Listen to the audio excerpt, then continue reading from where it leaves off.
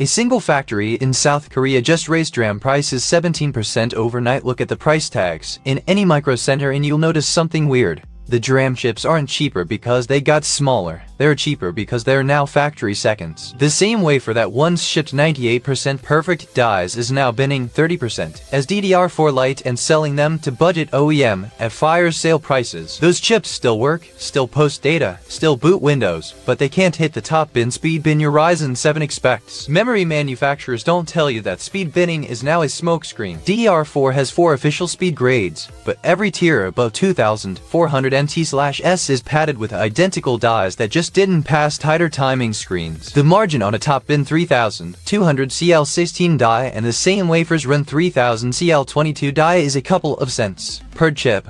Once you sell a million, that's a bonus you can throw into a Black Friday flyer. Is that the supply chain now runs on ghost wafers. These wafers are overproduced by Samsung or SK Hynix, then quietly etched to lower voltage thresholds so the dies crawl out of the fab already marked as rejects. They never see a burn-in oven. They ship straight to contract assembly plants in Malaysia and Vietnam, get stuffed into unbranded green PCB sticks, and land on AliExpress for $99 a kit. The retailers slap an overclocking tested sticker on them and call it a deal, except the sticker is a lie. The chips weren't tested for overclocking, they're guaranteed to throttle. Here's the real kicker. Your shiny new laptop already runs on half these ghost chips. When Intel locked supply for 10 nm Tiger Lake, PC makers begged memory vendors for any DRAM that fit the footprint. The vendors dipped straight into the ghost wafers, reeled them into solder trays, and shipped them as factory-installed memory. Your BIOS Revolvity SKU AAG100 CDVWB, but it's just a 2,133 NT part but it at 2,933 and your daily invoice calls premium. So the next time you see a 32GB kit for $79, ask yourself a harder question.